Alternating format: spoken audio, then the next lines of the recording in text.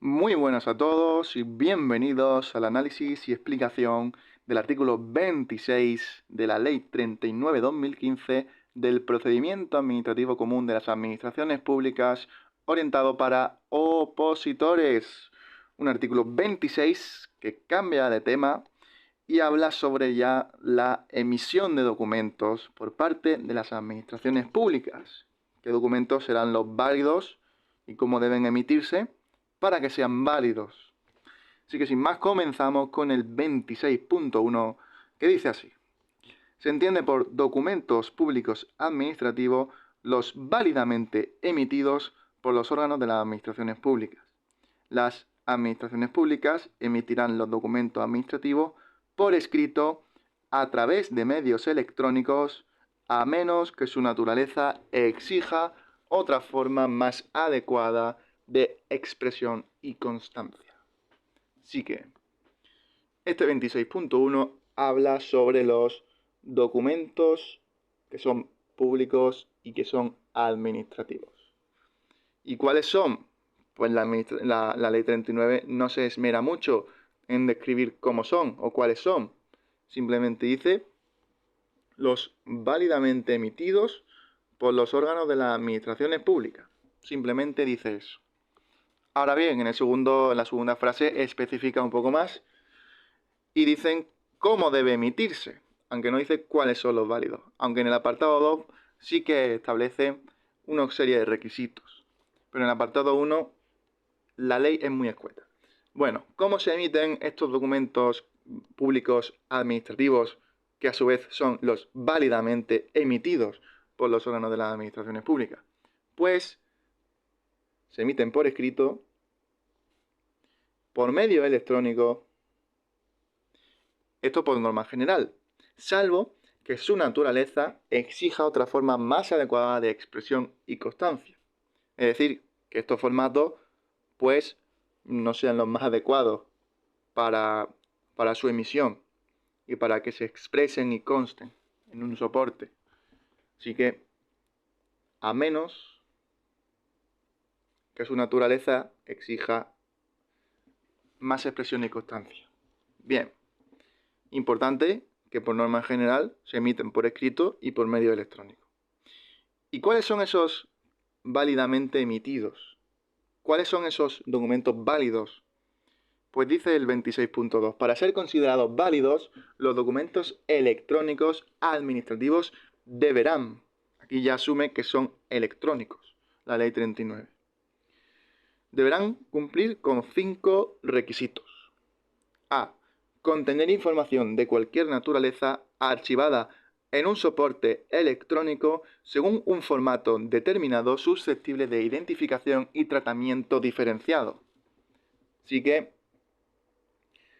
soporte electrónico, para empezar, un documento que esté en un soporte electrónico, en un formato determinado, abstracto, muy abstracto todo, y susceptible de identificación y tratamiento diferenciado, es decir, identificación de documentos diferenciados, ver cuál es cuál. Todo muy abstracto, pero bueno, es lo que dice la ley 39. Soporte electrónico, formato determinado, identificación y tratamiento diferenciado. B. Disponer de los datos de identificación que permitan su individualización, sin perjuicio de su posible incorporación a un expediente electrónico. Muy relacionado con ese tratamiento diferenciado y con la identificación, pero otro apartado más que dice datos de identificación que permitan su individualización. Bien, apartado C.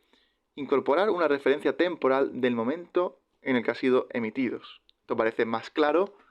Referencia temporal del momento en el que han sido emitidos. Fecha, hora, lugar. Bueno, lugar no. Fecha, hora, minutos, segundos. Incluso segundos, sí.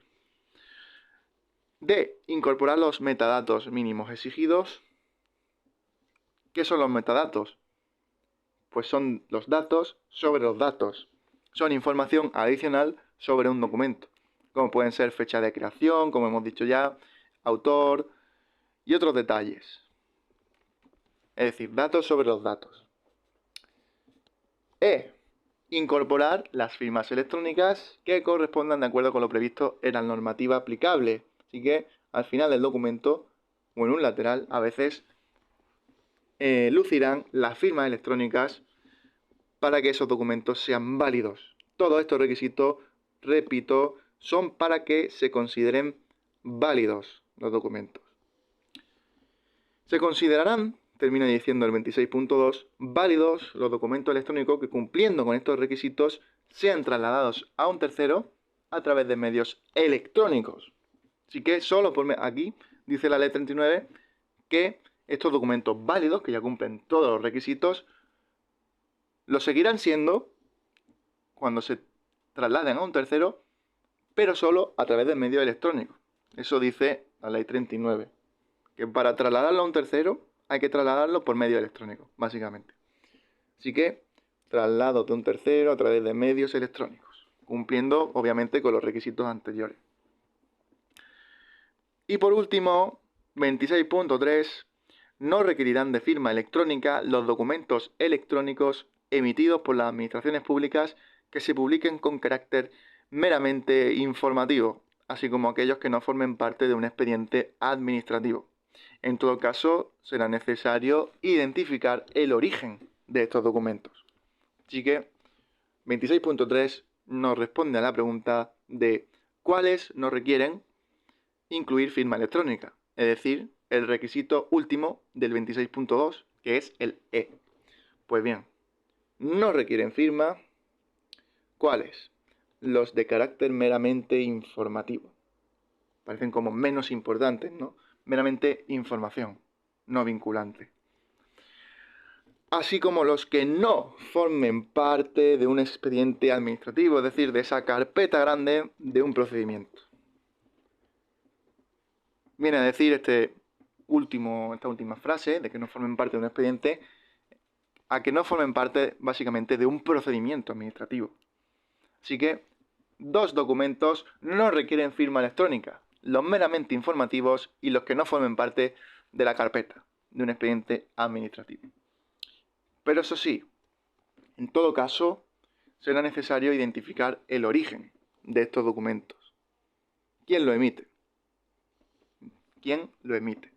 Aunque no se firme, pues se tiene que ver quién lo emite, ¿vale? Así que sin más, queda analizado este 26. Importante conocer todos los requisitos que son preguntables para que sean válidos los documentos electrónicos administrativos. Saber también que por norma general se emiten por escrito y por medio electrónico para ahorrarnos papel, a menos que su naturaleza lo impida. Y por último, saber cuáles no requieren el quinto requisito del apartado segundo, que son los documentos meramente informativos y los que no forman parte de un expediente administrativo. Eso sí, en todo caso, siempre debe quedar claro el origen de los documentos, es decir, quién lo emite, quién lo produce.